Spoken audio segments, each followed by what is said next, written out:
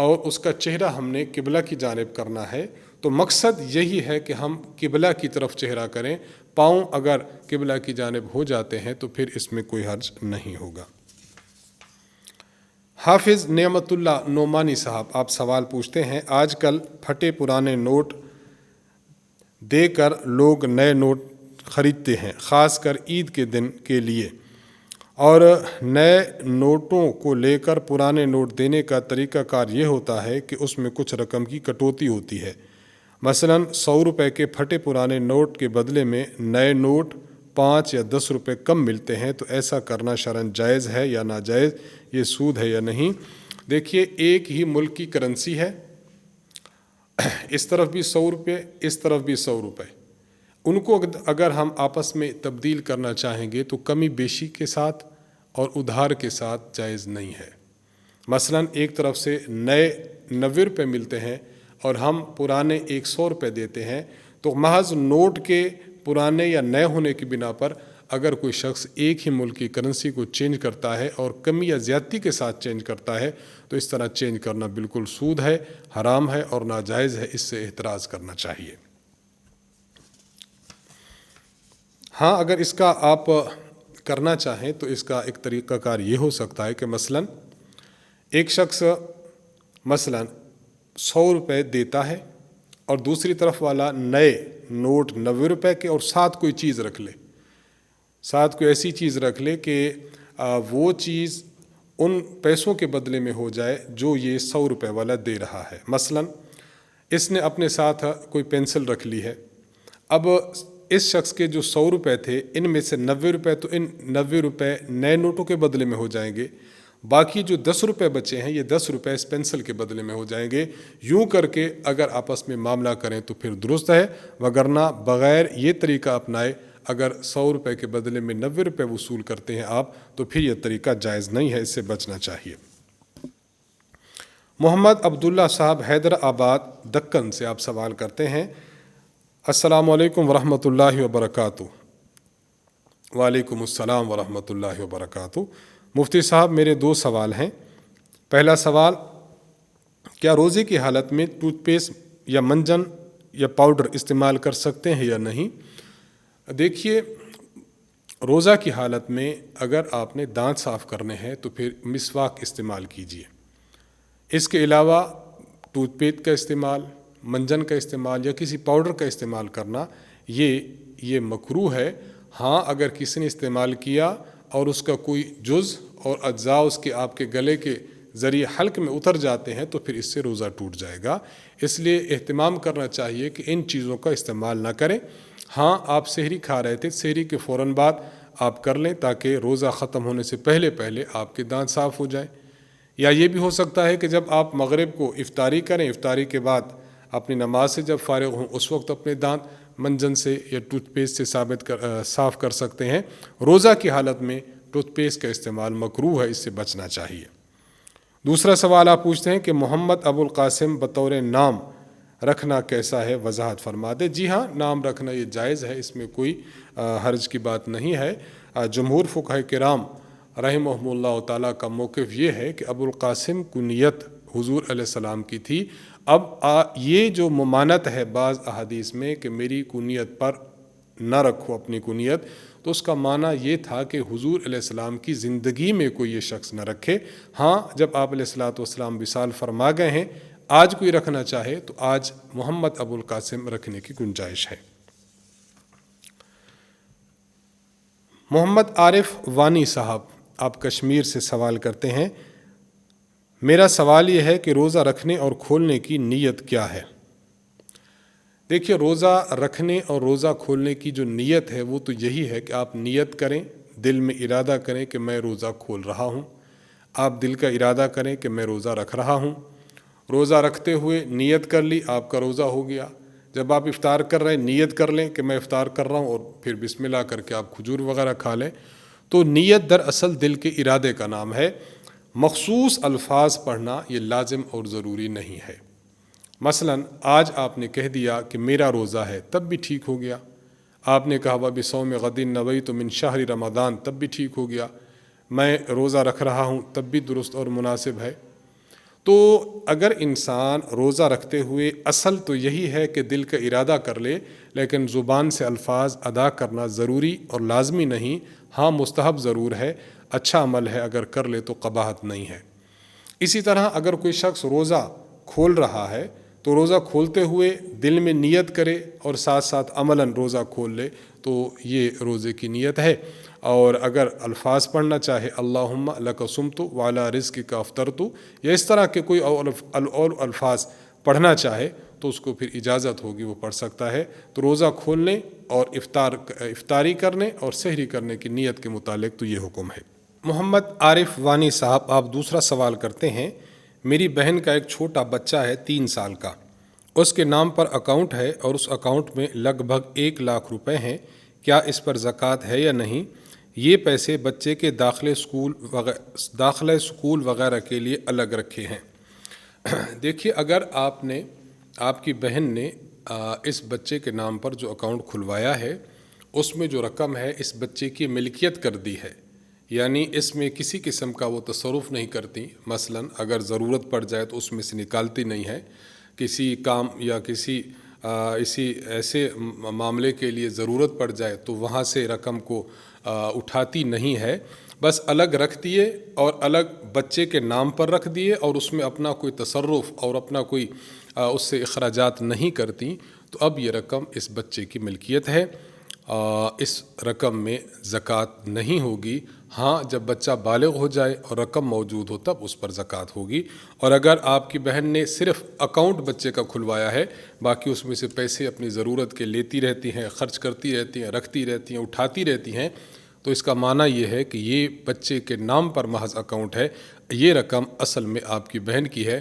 اگر صورتحال یہ دوسرے والی ہو تو اب آپ کی بہن پر زکوٰۃ دینا لازم ہوگا، یہ رقم بچے کی نہیں ہے، یہ آپ کے بہن کی ہے۔ محمد ابو بکر صاحب بنگلہ دیش سے آپ سوال کرتے ہیں، وقت کی فرض نمازوں کی صف میں اگر کوئی شخص کرسی پر نماز پڑھے تو کیا سب کی نماز مکروہ ہو جائے گی یا نہیں؟ اگر نہیں تو پھر کرسی پر نماز پڑھنے والا صف میں کس طرح بیٹھے؟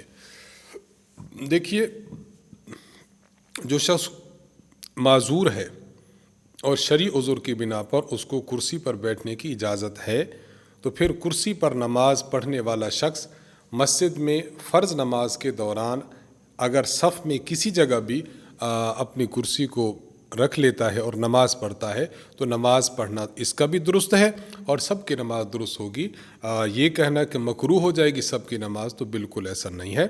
باقی جو شخص کرسی پر نماز پڑھتا ہے بیٹھ کر تو کرسی کے جو پچھلے پائے ہیں اس کو صف کی اینڈ والے جو پوائنٹ ہے، اینڈ والی جو لائن ہے اس پر رکھ لے تاکہ پچھلی صف کے شخص کے لیے سجدہ کرنا آسان ہو جائے۔ یہ نہ ہو کہ یہ اگر اپنی کرسی بہت زیادہ پیچھے کر لیتا ہے تو پھر پچھلی صف والے شخص کے لیے سجدہ کرنا دشوار ہوگا۔ باقی جو شخص کرسی پر نماز پڑھتا ہے تو یہ دیکھ لیا جائے کہ اگر یہ شخص زمین پر سر رکھ کر سجدہ کر سکتا ہے تو پھر کرسی پر بیٹھ کر اشارے کے ساتھ اس کے لیے نماز پڑھنا جائز نہیں ہوگا، اس طرح اس کی نماز نہیں ہوگی۔ ہاں اگر کوئی شخص ایسا ہے کہ جو زمین پر سر ٹکا کر سجدہ نہیں کر سکتا تو اس کے لیے بہتر یہ ہے کہ وہ بیٹھ کر نماز پڑھے، زمین پر بیٹھ جائے اور اشاروں کے ساتھ وہ اپنا سجدہ کرے۔ ہاں اگر یہ شخص قیام کر سکتا ہے تو کرسی پر بیٹھ کر نماز پڑھنا چاہتا ہے تو پھر اس کو چاہیے کہ جتنی دیر قیام کر سکتا ہے قیام کرے، اور جب رکوع یا سجدہ کرنا ہو تو پھر کرسی پر بیٹھ کر رکوع یا سجدہ کر لے، کیونکہ یہ سجدہ پر قادر نہیں ہے۔ اور اگر ایسا شخص ہے کہ وہ سجدہ نہیں کر سکتا اور قیام بھی نہیں کرتا بلکہ کرسی پر بیٹھ کر نماز پڑھتا ہے تب بھی اس کی نماز درست ہو جائے گی۔ یہ 3 سٹیپ کے ساتھ میں نے تفصیل عرض کر دی ہے، اس کے مطابق کرسی پر نماز پڑھنے والے شخص کو بتا دیا جائے۔ دوسرا سوال محمد ابو بکر صاحب بنگلہ دیش سے یہ پوچھ رہے ہیں کہ جنازے کی نماز میں صف سیدھی کرنے کا کیا حکم ہے؟ صف سیدھی کرنی چاہیے، یہی حکم ہے۔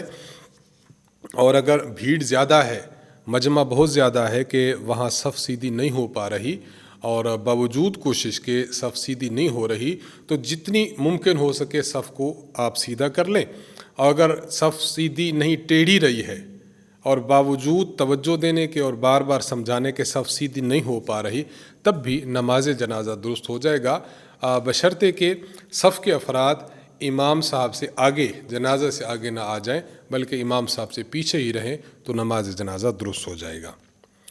محمد سلمان منصوری صاحب امروہہ انڈیا سے آپ سوال کرتے ہیں، مفتی صاحب السلام علیکم ورحمۃ اللہ۔ وعلیکم السلام ورحمۃ اللہ وبرکاتہ۔ رمضان میں ایک نیکی کا ثواب 70 گنا ملتا ہے، تو کیا ایک گناہ کا عذاب بھی 70 گنا ہی ملے گا؟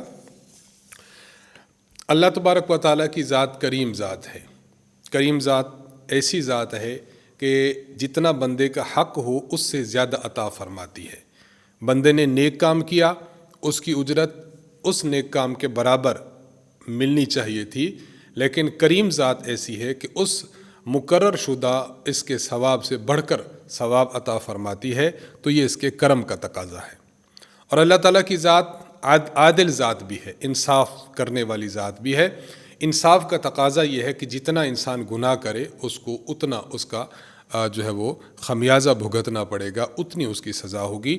اس لیے ایک نیکی کا اجر رمضان المبارک میں 70 نیکیوں کے برابر ہے، یہ اللہ کے شان کریمی کا تقاضا ہے۔ اور رمضان المبارک میں اگر کوئی گناہ کرتا ہے تو گناہ ایک ہوگا اور اس کی سزا بھی ایک گناہ کی ہوگی، یہ اس کی شان عدل کا تقاضا ہے۔ یہ ایک عمومی قاعدہ ہے جو میں نے عرض کر دیا رمضان المبارک کے حوالے سے، لیکن ساتھ ساتھ یہاں یہ بھی سمجھ لینا چاہیے کہ اس شخص نے جو گناہ کیا اس گناہ کی پاداش میں تو اس بندے کو اتنی سزا ملے گی جتنا اس نے گناہ کیا ہے، جتنی گناہ کی مقدار اور اس کی کیپیسٹی ہے۔ لیکن ساتھ ساتھ یہ بھی ملحوظ رہے کہ اس شخص نے اگر عام دنوں میں گناہ کرتا تو عام دنوں میں گناہ کرنا بھی برا ہے، لیکن رمضان کا مقدس مہینہ ہے تو اس سے رمضان کے تقدس کو بھی ٹھیس پہنچی ہے۔ اس لیے گو کہ اس کو ایک گناہ کی سزا، ایک گناہ کی ہی سزا جو بنتے ملے گی، لیکن رمضان المقدس کے تقدس کو جو پامال کر رہا ہے تو تقدس کو پامال کرنا بھی بہت شدید ہے، اس کی بھی اس کو باز پرس ضرور ہوگی۔ ایک شخص ایسا ہے جو مسجد سے باہر گناہ کر رہا ہے اور ایک شخص ہے جو مسجد کے اندر گناہ کر رہا ہے، تو جو گناہ ہے گناہ کی سزا تو ملے گی جتنا گناہ کیا، لیکن مسجد کا تقدس جو پامال کر رہا ہے اس تقدس کو پامال کرنے کی سزا اس کو ضرور ملے گی اور اس کا خمیازہ اسے بھگتنا پڑے گا۔ ایک آدمی عام فرد کو بلا وجہ تھپڑ مارتا ہے، اس کا بھی گناہ ہے، اور ایک شخص بلا وجہ مارتا ہے اور اپنے والد صاحب کو مارتا ہے، تو تھپڑ مارنے کا تو گناہ ہوگا، لیکن شخصیت کا جو تقدس پامال کیا ہے اس کا خمیازہ اور اس کی سزا بھی ضرور بے ضرور بھگتے گا۔ تو اصول یہی ہے کہ رمضان المقدس میں ایک گناہ کی سزا ایک گناہ کی سزا اتنی ہی دی جائے گی جتنی ایک گناہ کی سزا بنتی ہے، اس کو تو ڈبل نہیں کیا جائے گا، لیکن دوسری جانب چونکہ رمضان کا تقدس، رمضان کا احترام پامال کیا ہے اس شخص نے، اس لیے اس کو اس کے بقدر ضرور بے ضرور پکڑ ہوگی۔ تو ان دونوں باتوں کو یوں سمجھ لینا چاہیے۔ اعجاز احمد صاحب کشمیر سے آپ سوال کرتے ہیں، مفتی صاحب جب معتکف بشری ضرورت کے لیے مسجد سے باہر نکلتا ہے کیا اس کو اپنے سر پر کپڑا ڈال کر نکلنا چاہیے؟ کہا جاتا ہے کہ اگر معتکف مسجد سے باہر نکلے گا تو اس کو کسی عورت پر نگاہ نہیں پڑنی چاہیے، اس کی کسی عورت پر نگاہ نہیں پڑنی چاہیے ورنہ اس کا اعتکاف ٹوٹ جائے گا۔ مہربانی کر کے اس کی وضاحت فرمائیں۔ اگر اعتکاف کی جگہ سے انسان کسی بشری تقاضے کے تحت باہر آتا ہے تو منہ ڈھانپنے کی، سر پر کپڑا ڈالنے کی ضرورت نہیں ہے، نارملی جس طرح مسجد میں ہے اسی طرح باہر آ سکتا ہے۔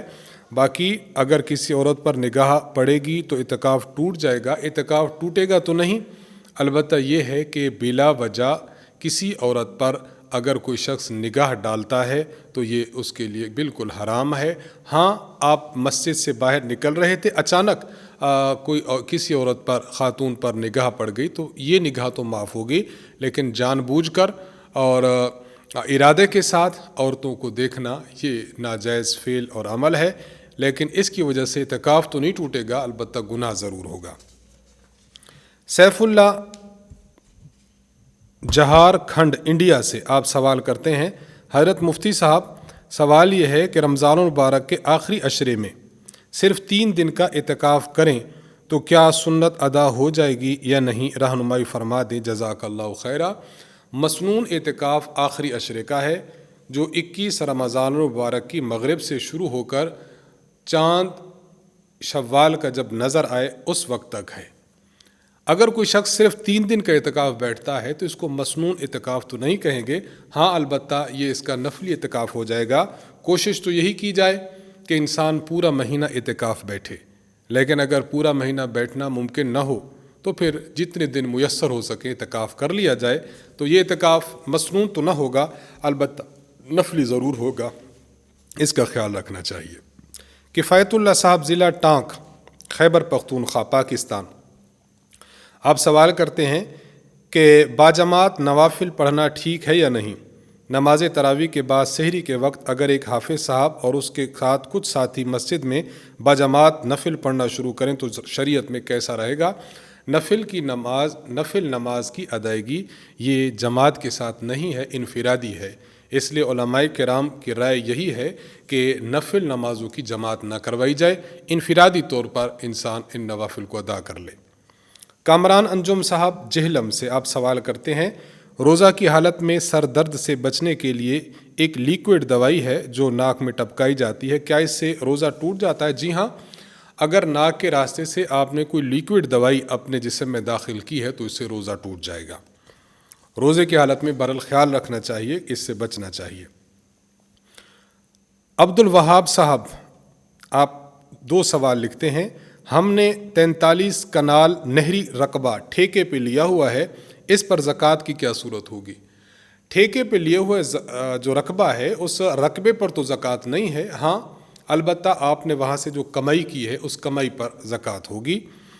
ہم چاول لوگوں سے لے کر آگے فروخت کرتے ہیں، اس پر زکوٰۃ کیسے ادا کریں؟ چاول جو آپ لوگوں سے لیتے ہیں اس نیت سے کہ ان کو آگے فروخت کریں گے تو یہ مال تجارت ہے۔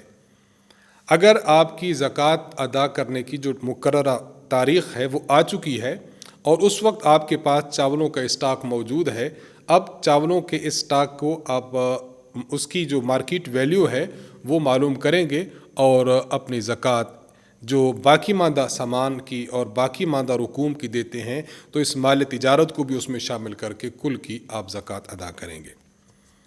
احمد زمان صاحب، بہار، انڈیا سے، اعتکاف کی حالت میں اعتکاف کی جگہ پر پردے لٹکانے کا کیا حکم ہے؟ جائز ہے۔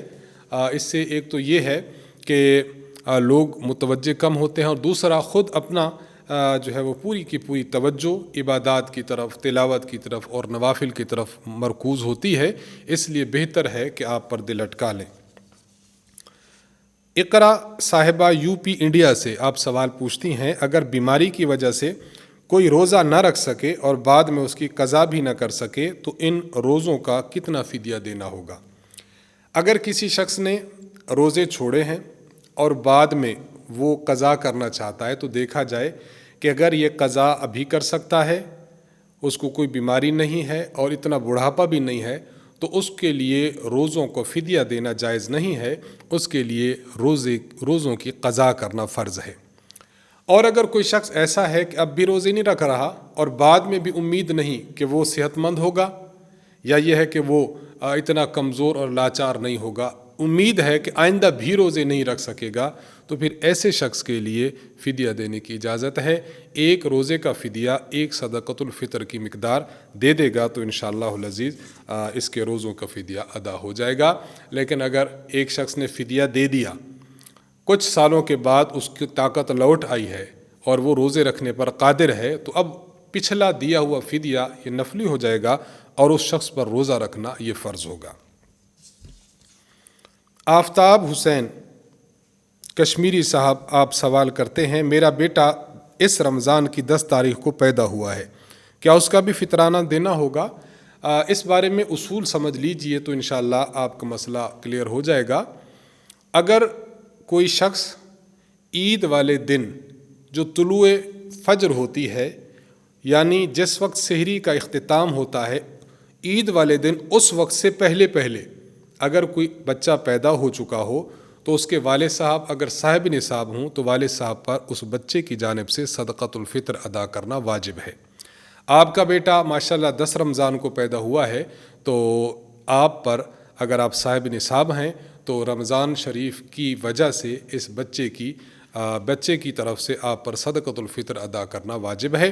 اور اگر بیٹا آپ کا پیدا ہوا اور رمضان المبارک میں پیدا نہیں ہوا بلکہ عید الفطر والے دن جو طلوع فجر تھی، جب سحری کا اختتام ہوتا ہے، اس وقت کے بعد پیدا ہوا، تو اب اس بچے کا فطرہ ادا کرنا یہ آپ کی ذمہ لازم نہیں ہے۔